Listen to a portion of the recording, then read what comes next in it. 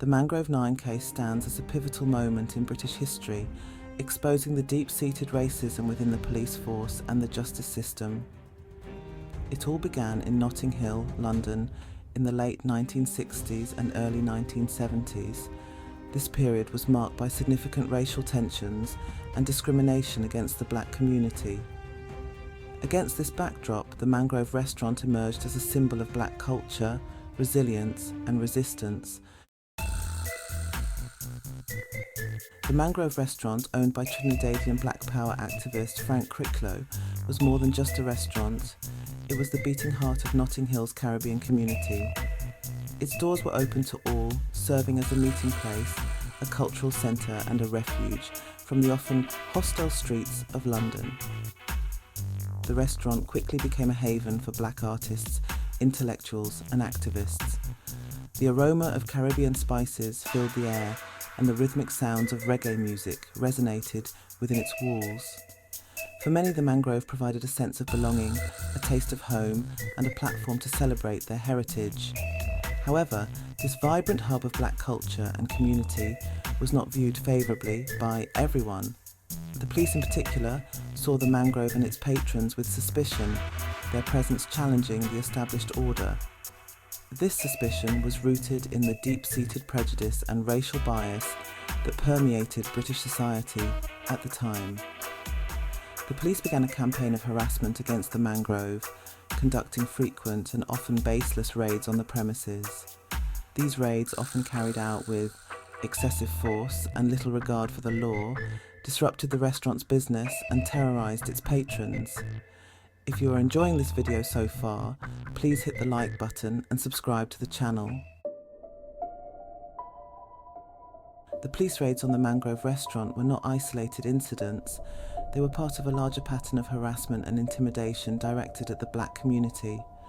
These raids, often conducted without warrants or on flimsy pretexts, were designed to disrupt, humiliate, and assert dominance over the black community. The police would storm into the restaurant, overturning tables, smashing furniture, and manhandling customers. They would often use racial slurs and accuse patrons of drug dealing or other crimes, even when there was no evidence to support their claims. These raids had a devastating impact on the Mangrove and its community. The constant fear of police brutality created an atmosphere of tension and fear. Customers were hesitant to visit, fearing they might become victims of police harassment, and the restaurant's business suffered. The black community recognised these raids for what they were, a blatant attempt to silence their voices and suppress their culture. These acts of police brutality fueled the flames of resistance, and the community began to organise, demanding an end to the harassment and justice for the victims. On August 9, 1970, the black community took a stand against relentless police harassment. They marched from Notting Hill to the local police station, demanding an end to the raids on the Mangrove. The march was a dignified display of resistance.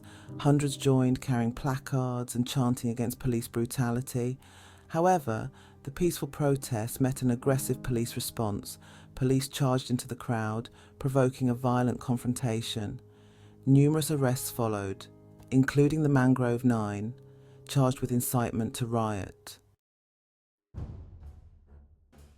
The Mangrove Nine were not just names, they were individuals thrust into the spotlight, their lives intertwined by the events of that day. They represented a cross-section of the Notting Hill community, united in their stand against injustice. Among them was Frank Cricklow, the owner of the Mangrove, a charismatic figure who had become a target for his outspoken activism. Althea Jones-Lecointe, a Trinidadian revolutionary and activist, was a powerful voice in the movement. Barbara Beese, a community worker and activist, brought her passion for social justice to the forefront.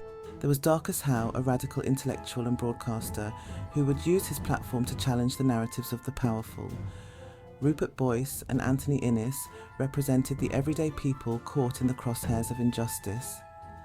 Completing the group were Roden Gordon, Rothwell Kentish and Godfrey Millett, each adding their unique experiences and perspectives to the collective struggle.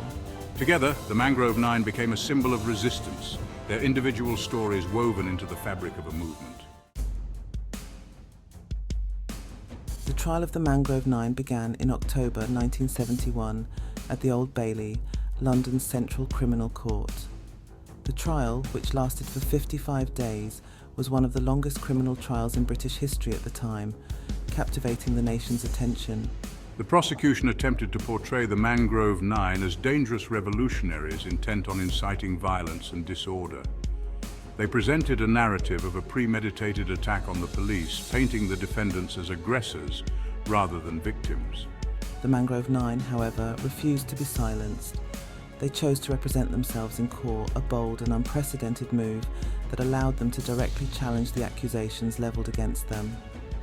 Their defence was rooted in the belief that they had a right to protest against police brutality and racial injustice. "We are not on trial. This rotten, stinking society is on trial," Darcus Howe famously declared in the courtroom, his words echoing the sentiments of a community weary of oppression. The defendants eloquently articulated the racism and discrimination they faced daily, highlighting the systemic nature of the prejudice directed at the black community.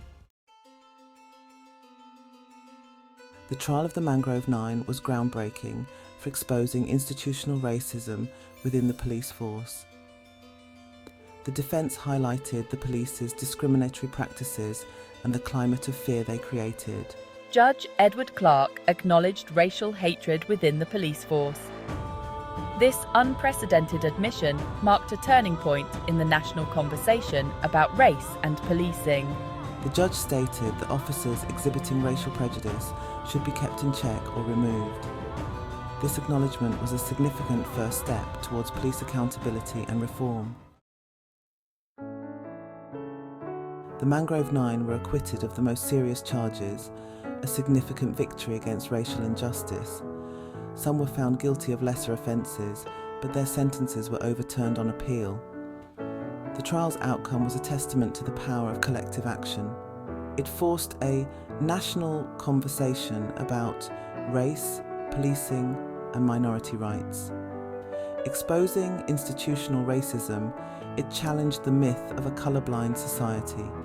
The trial inspired a generation of activists and ignited the Black Power movement in the UK. The Mangrove Nine's fight for justice became a catalyst for change. Their legacy extends far beyond the courtroom. Their courage and commitment to justice continue to inspire activism today. The Mangrove Nine case stands as a landmark event in British history. It exposed the deep-seated racism within the police force and the justice system, and inspired generations of activists to fight for equality and justice. The Mangrove Nine's story is a powerful reminder that the struggle for racial justice is ongoing. The fight for equality is a marathon, not a sprint. Thank you for watching. Please remember to like, share and comment on this video. Subscribe if you are new here.